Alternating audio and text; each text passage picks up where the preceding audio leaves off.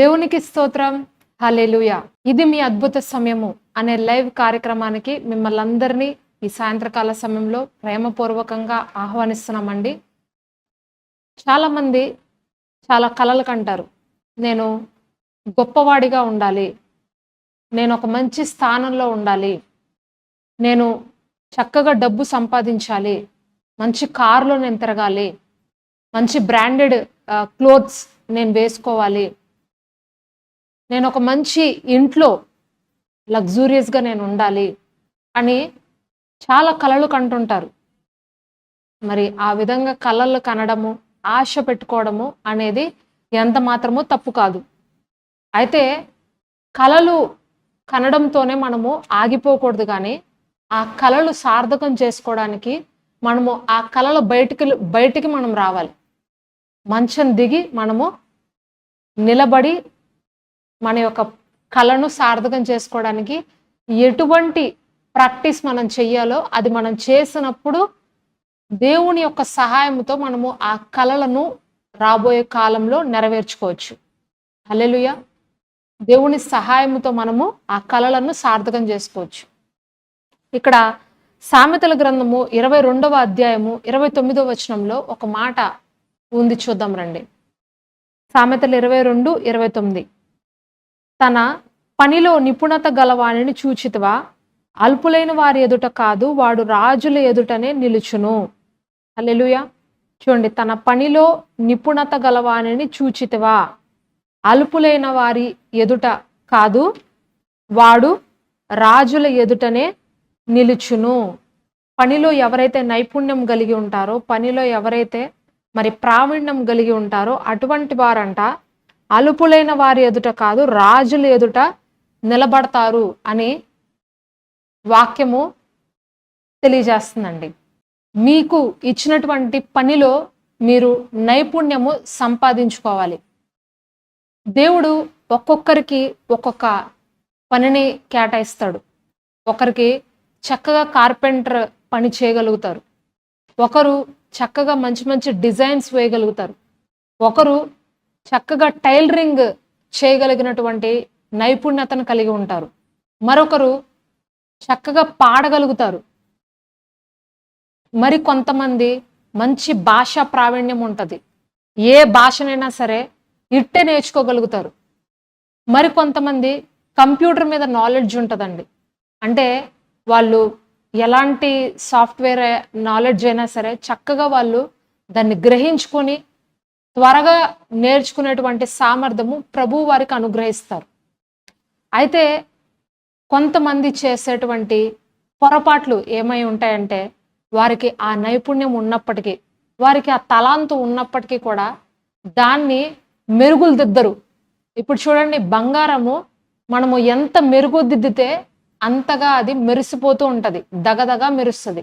అప్పుడు దానిలో ఉన్నటువంటి ప్యూరిటీని బట్టి వాళ్ళు ఒక హాల్ మార్క్ వేస్తారు, 916 కేడియం బంగారము అని దానికి ఒక ముద్ర వేస్తారు.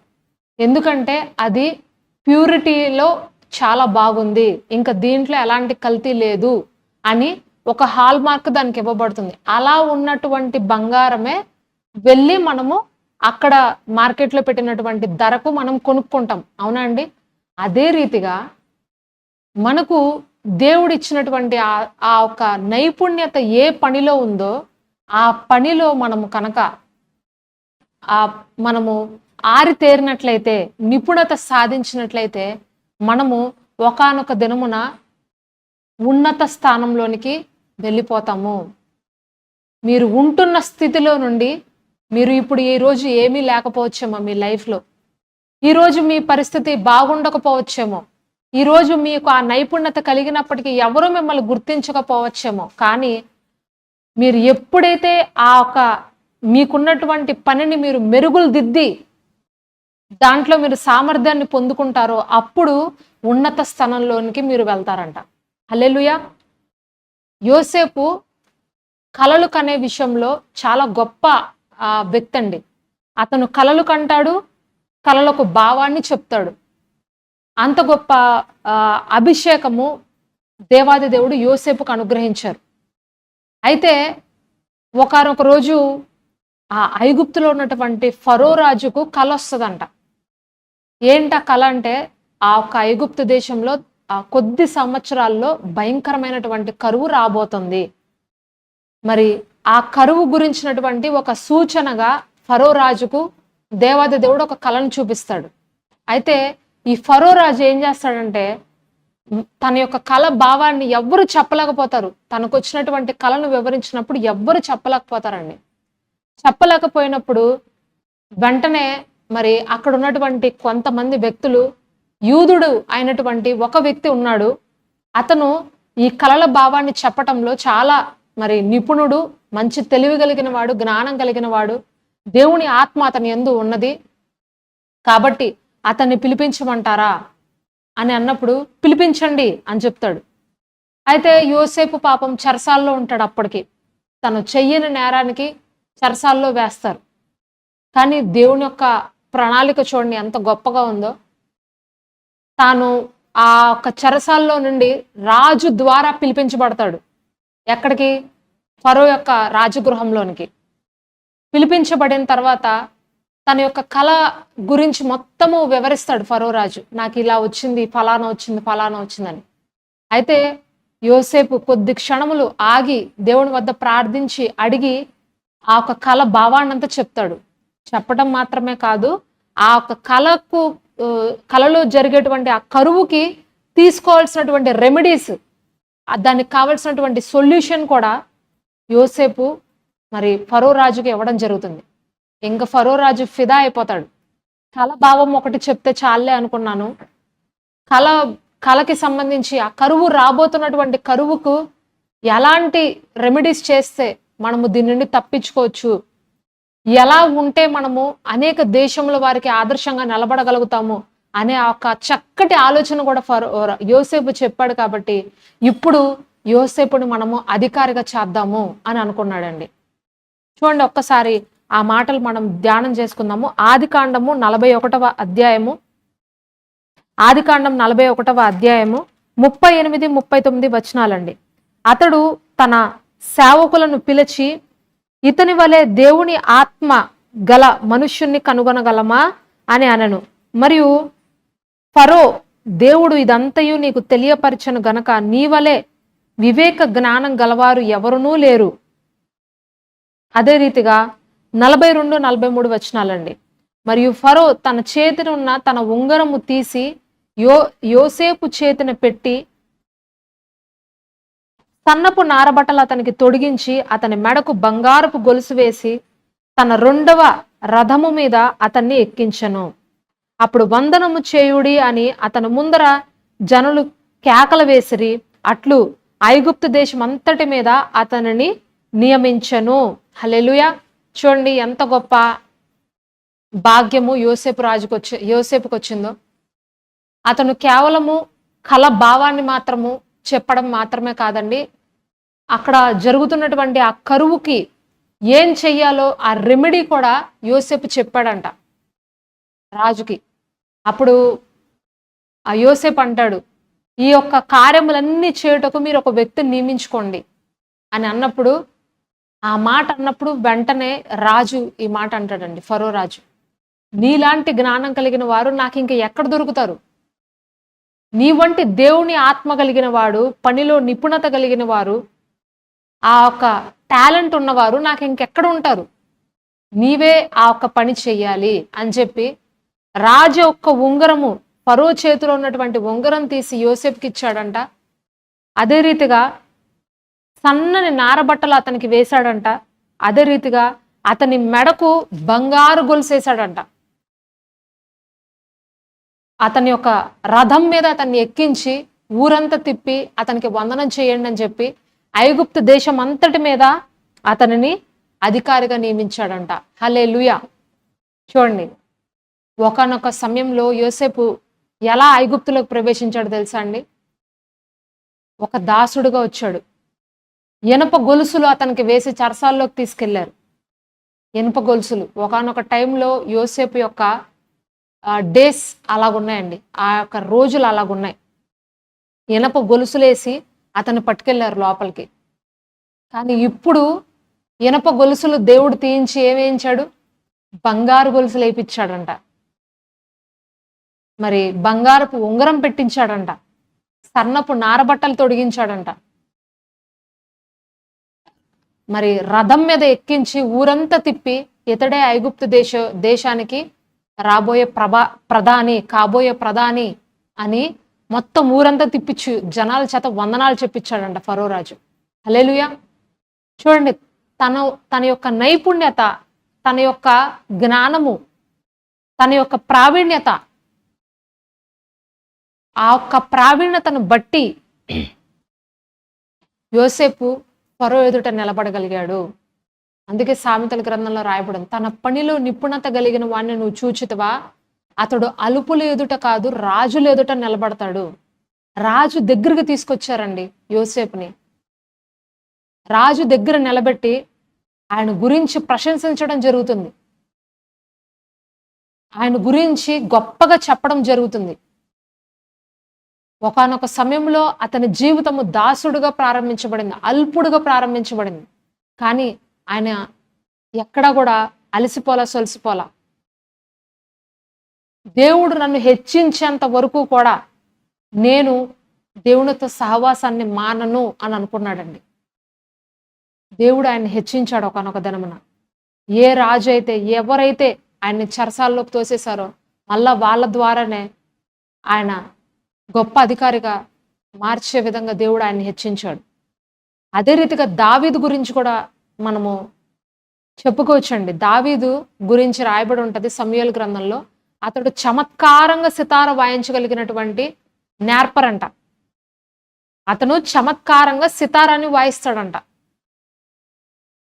అయితే సౌలుకి ఒకానొక సమయంలో దురాత్మ పట్టుకుంటుందండి. దురాత్మ పట్టుకున్నప్పుడు సౌలు కింద ఉన్నటువంటి కొంతమంది వ్యక్తులు చెప్తారు, రాజా మీలో ఉన్నటువంటి దురాత్మ తొలగిపోవాలి అని అంటే కనుక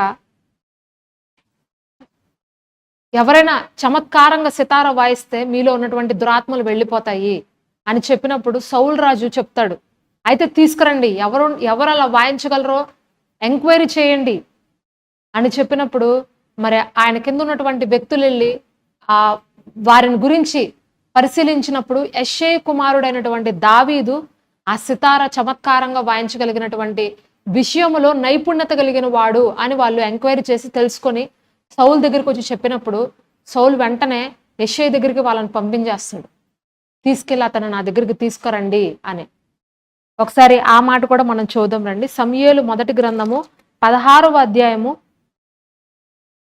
17 నుంచి 19 వచనాలండి. సౌలు బాగుగా వాయింపగల ఒకరిని విచారించి నా యొద్దకు తీసుకుని రండి అని తన సేవకులకు సెలవీయగా వారిలో ఒకడు, చిత్తగించుము, బెత్లెహేమీయుడైన యెష్షయి యొక్క కుమారుల్లో ఒకరిని చూచితిమి, అతడు చమత్కారంగా వాయించగలిగిన వాడు, అతడు బహుశూరుడు, యుద్ధశాలియు, మాట నేర్పరియు, రూపస్యే ఉన్నాడు, మరియు యెహోవా వానికి తోడుగా ఉన్నాడు అనగా సౌలు యెష్షయి యొద్దకు దూతలను పంపి గొర్రెల యొద్దనున్న నీ కుమారుడైన దావీదును నా యొద్దకు పంపుము అనెను. హల్లెలూయా. చూడండి, ఇక్కడ దావీదు గురించి రాయబడింది, అతను చమత్కారంగా వాయించగలిగినటువంటి వాడంట, బహుశూరుడంట, యుద్ధశాలి అంట, మాటల నేర్పరంట, రూపస్యే ఉన్నాడంట. మరి అన్నిటికన్నా ప్రాముఖ్యంగా యెహోవా వానికి తోడుగా ఉన్నాడు. హల్లెలూయా. దేవుడు ఆయనకి తోడుగా ఉన్నాడు కాబట్టి ఇవన్నీ ఆయనలో ఉన్నాయి. మీరు యోసేపులో కానీ దావీదులో సిమిలర్గా ఒక పాయింట్ గమనించవచ్చండి. వీళ్ళిద్దరిలో ఉన్నటువంటి ఒకే ఒక పాయింట్ ఏంటంటే, యోసేపు గురించి చెప్పబడింది అతను దేవుడి ఆత్మ కలిగిన వాడు అని వ్రాయబడి ఉంటే, దావీదు గురించి రాయబడింది యెహోవా అతనికి తోడుగా ఉండటం వల్ల అతను ఈ విధంగా ఉన్నాడు, చమత్కారంగా వాయించగలుగుతున్నాడు సితారాను అని చెప్పబడుతుంది. చూడండి ప్రియమైన సోదరి సోదరులారా, ఇక్కడ ఎప్పుడైతే మరి ఈ విధంగా దావీదుని తీసుకొచ్చి సౌలు దగ్గర ఆ సితార వాయించడం ప్రారంభించారో సౌలులో ఉన్నటువంటి దురాత్మలన్నీ పారిపోవడం స్టార్ట్ అయిందంట. ఆయన సితార వాయించే విధానానికి దేవుని సన్నిధి అక్కడ వచ్చినప్పుడు దురాత్మలు అక్కడ నిలబడలేకపోయినాయంట. ఆయన అసలు ఎప్పుడు నేర్చుకుని ఉంటారంటారు? ఆయన ఆ విధంగా అంత నైపుణ్యంగా, అంత చమత్కారంగా నేర్చుకోవడానికి ఎవరు కారణం అంటారు?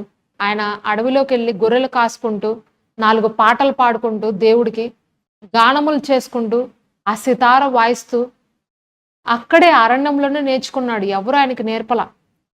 ఆ అరణ్యంలోనే కూర్చొని మరి గొర్రెలు కాసుకుంటూ యెరూషలేము తట్టు ఆయన కన్నులు ఎత్తి చూస్తూ సితార వాయించేవాడంట. ఆ విధంగా ప్రతిరోజు వాయించి, వాయించి, వాయించి దేవుని యొక్క సన్నిధి, దేవుని యొక్క తోడు ఆయన జీవితంలోనికి వచ్చే రీతిగా మరి దావీదు దాన్ని ఆ ఒక్క విషయంలో తను ప్రాక్టీస్ చేశాడంట. సితార వాయించే విషయంలో. అందుకనే ఇంగ్లీష్‌లో ఒక కోట్ ఉంటది. ప్రాక్టీస్ మేక్స్ మ్యాన్ పర్ఫెక్ట్ అని. మనము ప్రాక్టీస్ చేస్తున్నప్పుడు మనం పర్ఫెక్ట్‌గా మారతాం. దావీదు చమత్కారంగా సితారను వాయించే విషయంలో ప్రాక్టీస్ చేశాడంట. అలాంటి టాలెంట్ మరి ఇంక అక్కడ ఎవ్వరికీ లేదు. అలా వాయించగలిగినటువంటి నైపుణ్యము మరి ఇంక ఎవ్వరికీ లేదు. వాళ్ళు మొత్తం ఊరంతా జల్లెడ పడితే ఎవరి పేరు చెప్పారంటే దావీదు పేరు చెప్పారు. దావీదు ద్వారానే సాధ్యమవుతది ఇది అని చెప్పారు. ఒక ఒక సామాన్యమైనటువంటి గొర్రెల కాపరికి ఇంత గొప్ప ఆధిక్యత ఎలాగొచ్చింది అంటే, తాను కలిగి ఉన్న ఆ చిన్న పనిని, ఆ సితార వాయించేటువంటి ఆ చిన్న పనిని తాను మంచి తన హృదయమంతా దాంట్లో పెట్టి, తను ఇష్టంతో ఆ పనిని నేర్చుకున్నాడండి. ఇష్టంతో ఆ పనిని సానబెట్టాడు. అది చమత్కారంగా వాయించే విధంగా దేవుడు ఆయనకి ట్రైన్ చేశాడు. అందుకనే ఒకానొక దినమున రాజు ఎదురుకుండా ఆయన నిలబడ్డాడు. హల్లెలూయా! ఈ వాక్యం వింటున్న ప్రియమైన సోదరి సోదరులారా, దేవుడు మీకిచ్చినటువంటి పని ఏదైతే ఉందో, ఆ విషయాన్ని మీరు ప్రాక్టీస్ చేస్తున్నారా? లేదంటే దాన్ని పక్కన పెట్టేస్తున్నారా? దానిని సానబెడుతున్నారా? సాధన చేస్తున్నారా? లేదంటే దాన్ని ఊరికనే నాకు ఇది తెలుసు అన్నట్లుగా దాన్ని విడిచిపెడుతున్నారా? చూడండి, సమయము పోనివ్వక దాన్ని సద్వినియోగపరచుకోండి. అజ్ఞానుల వలె కాక జ్ఞానుల వలె మీరు ఉండండి. హల్లెలూయా! అజ్ఞానుల వలె మనము నడుచుకోకూడదు. జ్ఞానుల వలె మనము నడుచుకోవాలి. మీకు తెలిసిన దానిని మీరు ప్రాక్టీస్ చేయండి. దయచేసి నిద్రలో, అదేవిధంగా వ్యర్థమైన విషయాలలో మీ సమయాన్ని మీరు దుర్వినియోగం చేసుకోవద్దు. చూడండి, కొంతమంది ప్రాక్టీస్ చేస్తున్నప్పుడు ఎన్నో ఫెయిల్యూర్స్ వస్తాయి. ఎన్నో అపజయాలు ఎదురవుతాయి. ఎన్నోసార్లు మరి ఎదురు దెబ్బలు తగులుతాయి. ఆ విధంగా ఎదురు దెబ్బ తగులుతున్నప్పుడు, ఆ విధంగా సాధన చేస్తున్నప్పుడు కలిగేటువంటి ఆ ఫెయిల్యూర్స్‌ని చూస్తున్నప్పుడు చాలామంది ఆ పనిని మధ్యలోనే విడిచిపెడతారు. ఇక నాకు రాదు, ఇది ఇంకా అవ్వదు, దీనివల్ల నాకు ఉపయోగం లేదు, ఇది ఇక్కడ వదిలేయడమే బెటర్ అని అనుకుంటారు చాలామంది. మీలో ఎంతమంది అలాగా అనుకుని ఒక పని, మీకు వచ్చినటువంటి పనిని మీరు మధ్యలోనే వదిలేశారు? అడిగితే చాలామంది చెప్తారు, నాకు తెలుసు ఆ విషయం. ఎంతోమంది మీకు తెలిసినటువంటి పనిని, మీకొచ్చినటువంటి ఆ ఫెయిల్యూర్స్‌ని బట్టి, ఆ ఒక అపజయాలను బట్టి, ఆ ఎదురు దెబ్బలను బట్టి మీరు విడిచిపెట్టేసినటువంటి పనులు ఎన్నో ఉండొచ్చు మీ లైఫ్‌లో. కానీ చూడండి ప్రియమైన సోదరి సోదరులారా, అపజయాలు వస్తున్నాయని చెప్పి, ఫెయిల్యూర్స్ వస్తున్నాయని చెప్పి, ఎదురు దెబ్బలు తగులుతున్నాయి, వ్యతిరేకతలు వస్తున్నాయని చెప్పి ఆ పనిని విడిచిపెట్టద్దు. మీకు విజయము దొరికేంత వరకు, మీరు అందులో నిష్ణాతులు అయ్యేంత వరకు, నైపుణ్యము కలిగేంత వరకు కూడా దానిని మీరు ప్రాక్టీస్ చేస్తూనే ఉండండి. చేస్తూనే ఉండండి. థామస్ ఆల్వా ఎడిసన్ ఎంతమందికి తెలుసండి మీలో? థామస్ ఆల్వా ఎడిసన్ ఆయన ఒక బల్బుని కనుగొన్న వ్యక్తి అండి. ఏంటండి? ఒక విద్యుత్ బల్బుని కనుగొన్నటువంటి వ్యక్తి. ఆయన ఆ విద్యుత్ బల్బు కనుగొనడానికి ఎన్నిసార్లు ఫెయిల్ అయ్యాడో తెలుసా మీకు? అక్షరాల 999 సార్లు ఆయన ఫెయిల్ అయిపోయాడండి. అవునండి, 999 సార్లు ఆయన ఫెయిల్ అయ్యాడు. 1000వ సారి ఆయన సక్సెస్ అయ్యాడు ఆ విద్యుత్ బల్బు వెలిగించడంలో. ఈరోజు మా ముందు పెద్ద పెద్ద లైట్లు పెట్టుకుని నేను ఇక్కడ కూర్చున్నాను. మీకు కెమెరాలో నా యొక్క ఫేస్ క్లారిటీగా రావడానికి. ఆ రోజు ఆయన వెలిగించినటువంటి ఆ విద్యుత్ బల్బు వల్ల ఇప్పుడు మనందరము కూడా మన ఇళ్లల్లో లైట్ వేసుకొని చక్కగా మరి కాంతి దీపాల కింద మనము ఎంతో క్షేమంగా, ఎంతో సుఖముగా బ్రతుకుచున్నాం. ఒక్క వ్యక్తి పడిన కష్టము, ఒక్క వ్యక్తి పడినటువంటి ప్రయాస ఈరోజు అనేకులను వెలిగించింది. హల్లెలూయా. ఒక వ్యక్తి పడినటువంటి కష్టం ఆయన అనుకోవచ్చుగా, చేసిన ప్రతిసారి ఫెయిల్ అయిపోతుంది. 999 సార్లు అంటే మాటలా చెప్పండి. ఈ రోజుల్లో 3-4 సార్లు చేసి ఫెయిల్ అయిపోతేనే చిచ్చి ఇక నేను ఈ పని చేయనే చేయను, ఇక నాకు వద్దు, నేను దీన్ని ఇక పక్కన పడేస్తాను, అనవసరం, ఎన్నిసార్లు ప్రయత్నించినా అవ్వట్లేదు, ఇక నాకు ఈ పని వద్దంటే వద్దు అని చెప్పి చాలా మంది పక్కన పడేస్తారు. కానీ ఆ వ్యక్తి నిజంగా ఎంత పేషెన్స్ అండి, ఆయనకి ఎంత ఓర్పు అండి. ఆ ఒక్క పేషెన్స్ని బట్టి, ఆ ఓర్పును బట్టి ఆయన 1000సారి సాధించాడు. ఈరోజు ఒక పని చేస్తున్నప్పుడు నీవు అపజయాలు ఎదురవుతున్నాయి అని అంటే మధ్యలో దయచేసి విడిచిపెట్టకండి. మీ పనిలో మీరు నిపుణత సాధించేంత వరకు కూడా దాన్ని పట్టు వదలకుండా మీరు ప్రయత్నించండి. రాత్రికి రాత్రే ఎవ్వరూ కూడా గొప్పవారు అయిపోరండి. తల్లి కడుపులోంచి వస్తున్నప్పుడే అన్ని మనము నేర్చేసుకుని ఈ లోకంలోనికి రాము, అవునా? తల్లి కడుపులోంచి మనము బయటకు వస్తున్నప్పుడే వీణ వాయించడము తెలుసు, సితార వాయించడం తెలుసు, ఇంగ్లీష్లో మాట్లాడడం తెలుసు, లేకపోతే టైలరింగ్ చేయడం నాకు తెలుసు, పాటలు పాడడం నాకు తెలుసు అని ఏ చంటి బిడ్డైనా చెప్పడం మీరు విన్నారా? ఎవ్వరికి ఏమి రాదండి. తల్లి గర్భంలో ఉన్నప్పుడు మనము చాలా సాధారణంగా బయటకు వస్తాము. మనము దినములు గడుచుచుండగా మీకు దేవుడిచ్చినటువంటి ఆ పనిలో మీరు నైపుణ్యత పొందుకుంటారు. మిమ్మల్ని చూసిన వారు ఫలానా సిస్టర్ దగ్గరికి వెళ్తే నా పని అయిపోద్ది, ఫలానా బ్రదర్ దగ్గరికి వెళ్తే నా పని అయిపోతుంది అని చెప్పుకునే విధంగా మీ జీవితం ఉండాలి. ఈ బ్రదర్ మాత్రమే చేయగలడు ఈ పని, ఇతనికి మాత్రమే ఈ పని తెలుసు, ఇంకా మరి ఎవ్వరూ కూడా ఈ పనిని చేయలేరు అనే స్థాయికి ప్రభు మిమ్మల్ని తీసుకెళ్లాలండి. ఆ రీతిగా మీరు మీ యొక్క ప్రాక్టీస్ ఏదైతే ఉందో, మీకు తెలిసిన దాంట్లో, మీకు దేవుడు ఏదైతే నేర్పించారో దాంట్లో మీరు నిష్ణాతులై ఉండండి. హల్లెలూయా. ప్రాక్టీస్ చేస్తూ ఉండగా దేవుడు మిమ్మల్ని హెచ్చిస్తాడు. నైపుణ్యత మీరు ప్రతిరోజు సాధన చేస్తూ ఉండగా మీరు దాంట్లో నైపుణ్యం కలిగిన వారుగా మార్చబడతారు. అప్పుడు మీరు అల్పులైన వారి ఎదుట కాదు, రాజుల ఎదుటనే మీరు నిలబడతారు. మీరు ఈ ప్రోగ్రాం స్టార్ట్ అయ్యే ముందు నా పాటలు మీరు వింటున్నారు కదండి.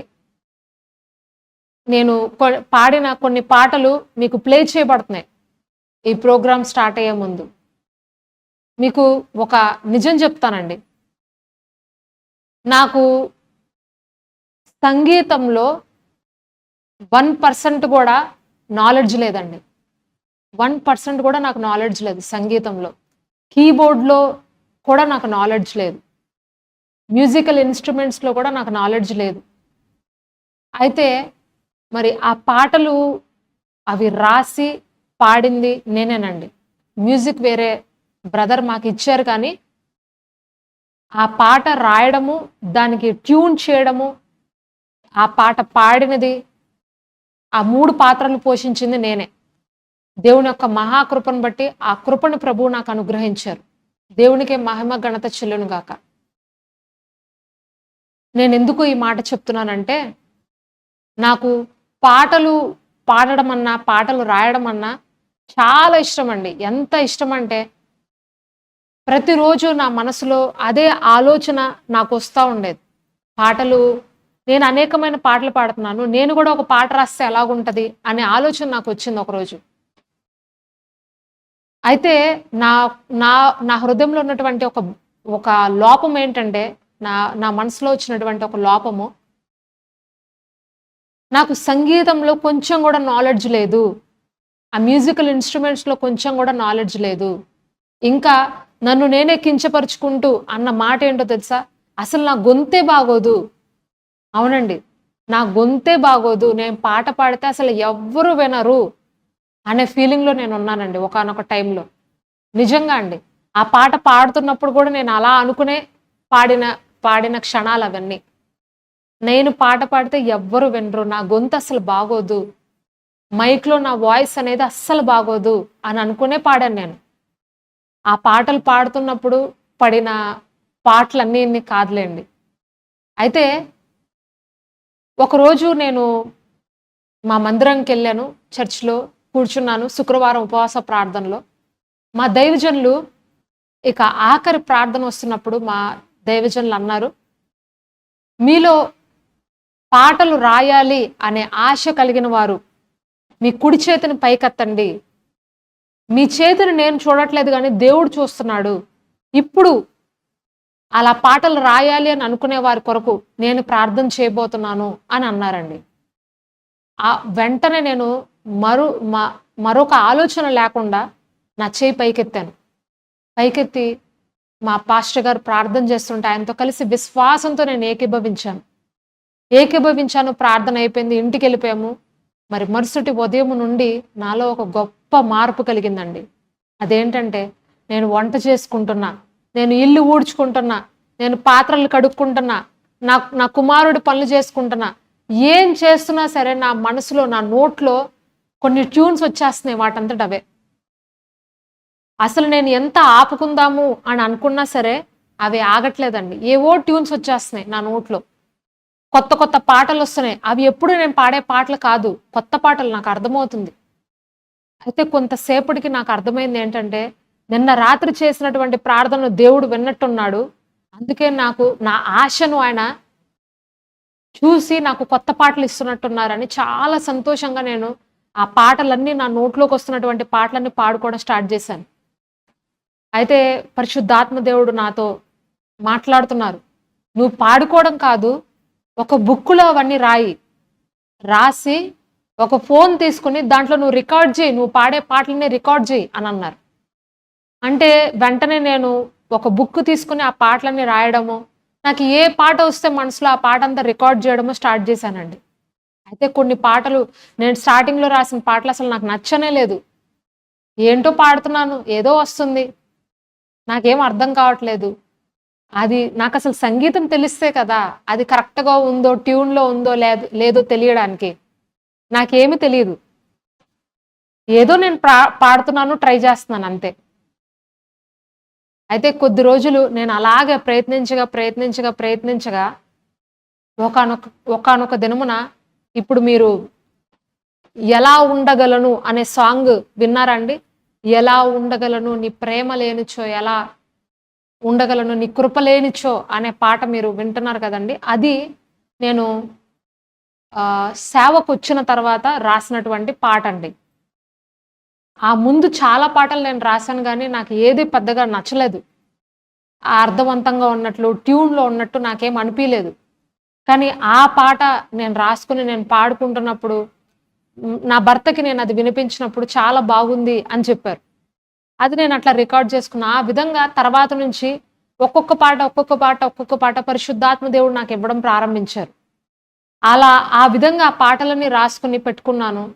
నేనెప్పుడు అనుకోలేదండి. ఆ పాటలకి నేను మ్యూజిక్ పెడతాను. మ్యూజిక్ ఆహ్, ప్రిపేర్ చేయించడము, దాన్ని వీడియో రూపంగా యూట్యూబ్‌లో రిలీజ్ చేస్తామని ఎప్పుడు అనుకోలేదు నేను.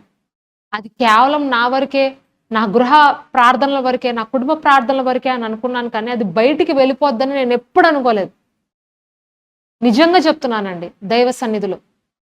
ఎప్పుడు నేను ఆ ఎక్స్‌పెక్టేషన్స్‌తో నేనెప్పుడు ఆ పాటలు రాయలేదు. కేవలం అది నేను పాడుకుందామని, నా కొరకు, నా సంతోషం కొరకు నేను రాసుకున్నవి తప్పితే ఎప్పుడు నేను అలా అనుకోలే. బై గాడ్స్ గ్రేస్ దేవుని యొక్క మహాకృపను బట్టి, ఒక బ్రదర్ యొక్క సహకారంతో ఆ ఒక్క పాటలన్నీ కూడా కంపోజ్ చేయించడానికి, మంచి మ్యూజిక్ ఇవ్వడానికి, వీడియో రూపంగా యూట్యూబ్‌లో అప్‌లోడ్ చేయడానికి ప్రభువు వారు మాకు అత్యధికమైనటువంటి కృపను చూపి ఉన్నారు. హల్లెలూయా! నేను ఎందుకు నా జీవితంలో జరిగినటువంటి ఈ అనుభవాన్ని మీకు చెప్తున్నానంటే, మనకు వచ్చిన దానిని, దేవుడు మనకి ఇచ్చిన దానిని మనము ప్రాక్టీస్ చేయాలి.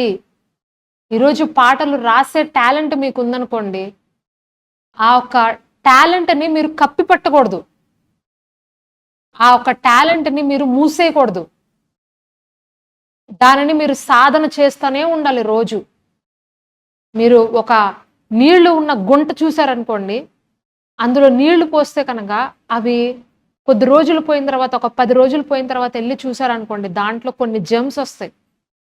కొంత బ్యాక్టీరియా, కొంత ఫంగస్ అనేది ఫామ్ అవుతుంది. అందులో మనము చేతులు పెట్టిన ఆ వాటర్ మనం తాగినా వెంటనే మనకి వైరల్ ఫీవర్స్ వచ్చేస్తాయి. అదే మీరు ఒక నది దగ్గరికి వెళ్ళి చూడండి. ఆ నదిలో ఎప్పుడు కొత్త నీరు ప్రవహిస్తూ ఉంటది. ఎక్కడ కూడా అక్కడ స్టోరేజ్ వాటర్ అనేది కనబడదు. ఆ నదిలో వెళ్ళిపోతూనే ఉంటాయి. వాటర్ అనేది వెళ్ళిపోతూనే ఉంటాయి. ఫ్రెష్‌గా ఉంటది, తాజాగా ఉంటుంది. అది మీరు తాగినప్పుడు మీరు ఆరోగ్యంగా ఉంటారు. అదే రీతిగా దేవుడు మనకిచ్చిన దానిని కనుక మనము మన హృదయంలోనే పెట్టేసుకున్నాం అనుకోండి, దాన్ని బయటికి తీయకుండా మీ హృదయంలోనే మీరు పెట్టుకున్నారనుకోండి, అది కుళ్ళిపోతుంది. అది మరుగు చేయబడుతుంది. ఒకానొక దినమున అది మీ వద్ద నుండి తీసివేయబడుతుంది. కలిగిన వానికి ఇయ్యబడును, లేని వానికి కలదు అన్నది కూడా తీసివేయబడును అని మత్తయి సువార్తలో రాయబడింది. మీకు కలిగి ఉన్నప్పుడు దేవుడు మీకు దాన్ని మీరు డెవలప్ చేస్తున్నప్పుడు దేవుడు మీకు ఇంకా అనుగ్రహిస్తాడు. మీరు దానిని కనుక డెవలప్ చేయకుండా, దానిలో నైపుణ్యం సంపాదించకుండా కనుక ఉన్నారనుకోండి, మీకు కలదు అన్న దానిని కూడా దేవాది దేవుడు తీసేస్తారంట ఒకరోజు. మీరు యోసేపు వలె, దావీదు వలె మీరు ఉన్న స్థలంలో నుండి ఉన్నత స్థలాల్లోకి మీరు వెళ్ళాలి. హల్లెలూయా. ఈరోజు మీకున్నటువంటి ఆ ఒక్క కార్యములు ఏవైతే ఉన్నాయో అవి చాలా అల్పముగా కనబడవచ్చు.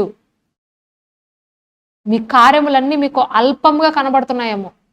ఎవ్వరికి కూడా అది గుర్తించనటువంటిదిగా మీ లైఫ్లో మీకు ఉండొచ్చేమో. బట్ ప్రభు మీతో మాట్లాడుతున్నారు. ఎవరు చూసినా చూడకపోయినా నేను చూస్తున్నాను. ఎవరు విన్నా వినకపోయినా ఆ పాటలు నేను వింటున్నాను, నా కోసం నువ్వు పాడు అని ప్రభువారు ఈరోజు మాట్లాడుతున్నారు. నా గొంతు బాగోదు, నేను రాసిన పాట ఎవరు పాడుకోరు అని మీరు అనవసరం లేదండి. మీరు రాయండి, రాయండి. ఒకరోజు అది బయటికి వచ్చి అనేకులు పాడుకునే విధంగా ప్రభువారు మీకు సహాయం చేస్తారు. మీ నమ్మకత్వము, మీ నిజాయితీ, మీ నిర్దోషత్వము దేవుడు మిమ్మల్ని అధికారులు ఎదుట నిలబెట్టేదిగా చేయగలదు. మీకున్నటువంటి ఆ కంప్యూటర్ నాలెడ్జ్ని వృధా చేయొద్దు. కానీ అక్కడెక్కడ కూర్చొని మీ ఫ్రెండ్స్తో చాటింగ్స్ చేస్తూ మీ సమయాన్ని వృధా చేసుకోవద్దు. కానీ ఆ కంప్యూటర్ నాలెడ్జ్ని మీరు డెవలప్ చేయండి. మీకున్నటువంటి ఆ టైలరింగ్ స్కిల్స్ని డెవలప్ చేయండి. మీరు ఒక హౌస్ వైఫ్గా ఉన్నట్లయితే కనుక మీ సమయము వృధా చేసుకోకుండా చక్కగా ఆ టైలరింగ్లో నైపుణ్యాన్ని సంపాదించండి. కొన్ని బట్టలు కొంతమందికి మాత్రమే మనం ఇవ్వగలమండి. అన్నీ ఒకరికి మనం ఇవ్వలేము. కొన్ని డిజైనర్ వేర్స్ ఉంటాయి. అటువంటివి డిజైనర్స్ మాత్రమే మనము వెళ్ళి ఇవ్వగలుగుతాం. మన వల్ల అందరి టైలర్స్ వల్ల ఆ ఒక డిజైనర్ వేర్ అనేది స్టిచ్ చేయబడదు. ఎందుకంటే దాంట్లో నైపుణ్యత కలిగిన వారు మాత్రమే ఆ డ్రెస్ని డిజైన్ చేయగలరు. చూడండి, ఇప్పుడు పెళ్లిళ్ళల్లో వేసుకోవాలన్నా, పెద్ద పెద్ద ఫంక్షన్స్లో వేసుకోవాలన్నా ఎవరు పడితే వాళ్ళు కుట్టరండి. దానికి సంబంధించిన వాళ్ళు కొంతమంది ఉంటారు. వాళ్ళ దగ్గరికే మనం వెళ్తాం. డబ్బులు ఎంత డిమాండ్ చేసినా సరే వాళ్ళకి ఇస్తాం. ఒక ప్రొఫెషనల్ డాక్టర్ ఉంటాడు. ఆర్ఎంపీ డాక్టర్కి, ప్రొఫెషనల్ డాక్టర్కి తేడా ఉంటుంది. అవునా అండి? ఎవరి దగ్గరికి పెడితే వాళ్ళ దగ్గరికి వెళ్ళి మీకున్న అనారోగ్యాన్ని చెప్పుకుంటే వాళ్ళు మీకు సరైన మెడిసిన్ ఇవ్వరు. ఆ స్పెషలిస్ట్ దగ్గరికి మీరు వెళ్తేనే, ఆ ప్రొఫెషన్ ఉన్న వారి దగ్గరికి వెళ్తేనే మీకు కరెక్ట్ మెడిసిన్ దొరుకుతుంది. సో మీరు కూడా అలాంటి ప్రొఫెషన్ కలిగిన వారుగా, అలాంటి నైపుణ్యం కలిగిన వారుగా మారుదురుగాక. అటువంటి నిపుణత, అటువంటి ప్రావీణ్యత కలిగిన వారుగా మీరు మార్చబడుదురుగాక. ఈరోజు మీ యొక్క జీవితము అల్పంగా ఉన్నదేమో, దయచేసి నిరాశ చెందొద్దు. ఎవరు నన్ను గుర్తించట్లేదు అని మీరు దిగులు చెందొద్దు.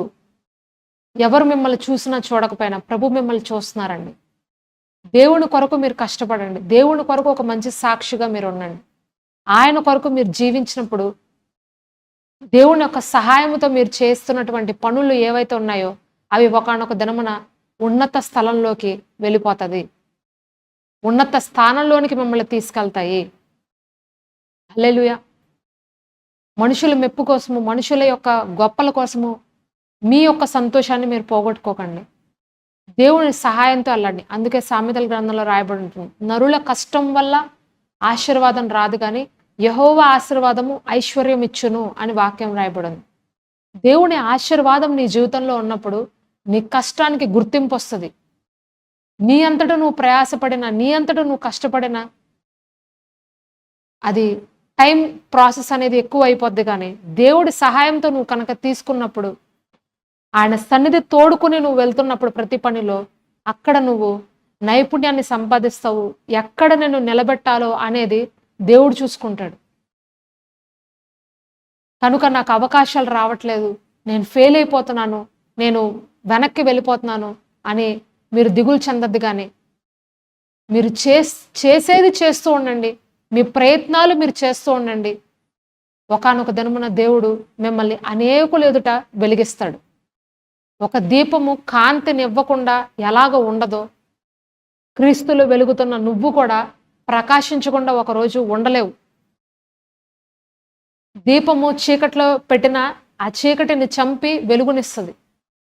ఈరోజు నువ్వు చీకట్లో ఉండొచ్చు, కానీ నీలో వెలుగై ఉన్న క్రీస్తు నిన్ను అనేకులకు పరిచయం చేస్తాడు. రాబోయే రోజుల్లో నీ దగ్గరకు అనేకులు వచ్చి నీ సహాయాన్ని కోరుకునే విధంగా ప్రభువువారు మీకు సహాయం చేస్తారు. అందుకే మత్తయి సువార్త 5వ అధ్యాయంలో ఉంటుంది, మీరు లోకమునకు వెలుగై ఉన్నారు, కొండ మీద ఉండే పట్టణము మరుగై ఉండనేరదు. హల్లెలూయా. దేవుడు మిమ్మల్ని కొండ మీద ఉండే పట్టణం వలె చేయాలని ఆశపడుతున్నారు. హిల్ స్టేషన్కి మీరు వెళ్ళి చూసారనుకోండి, కొండ మీద ఉంటుంది ఆ ఊరు. కింద నుంచి మనం వెళ్తున్నప్పుడు ఆ ఊరంతా మనకు కనిపిస్తుంది. దానికి ప్రత్యేకంగా హంగులు ఆర్భాటాలు ఏం చేయకర్లా, అది ఉన్నది కొండ మీద కాబట్టి దాన్ని చూసేవారందరూ తలెత్తి పైకి చూడాల్సిందే. అక్కడికి వెళ్ళాలని అందరూ కోరుకుంటారు కూడా. మీ జీవితం కూడా రాబోయే రోజుల్లో శోభాతిశయముగా ప్రభువారు చేయబోతున్నారు. ఉన్నత స్థలాల్లో ప్రభువారు మిమ్మల్ని నిలబెట్టబోతున్నారు. మీకు కలిగి ఉన్న దాన్ని గట్టిగా పట్టుకోనండి, దాంట్లో మీరు నైపుణ్యం సంపాదించండి. ఒకానొక దినమున యోసేపు వలె, దావీదు వలె, ఎజ్రా వలె, నెహమ్యా వలె, దానియేలు వలె, అపోస్తలుడైనటువంటి పేతురు, యాకోబు వలె మీరు రాజుల ఎదుట, అధికారుల ఎదుట మీరు నిలబడి మీ యొక్క సాక్ష్యాన్ని, మీ యొక్క ఘనతను వారు పొగిడే విధంగా ప్రభువారు మీ యొక్క తలలను హెచ్చించబోతున్నారు, మీ కొమ్ముని హెచ్చించబోతున్నారు. ఆమేన్. మరి ఈ వాక్యము ఈరోజు మీ హృదయములలో, మీ జీవితములలో ఫలించునుగాక.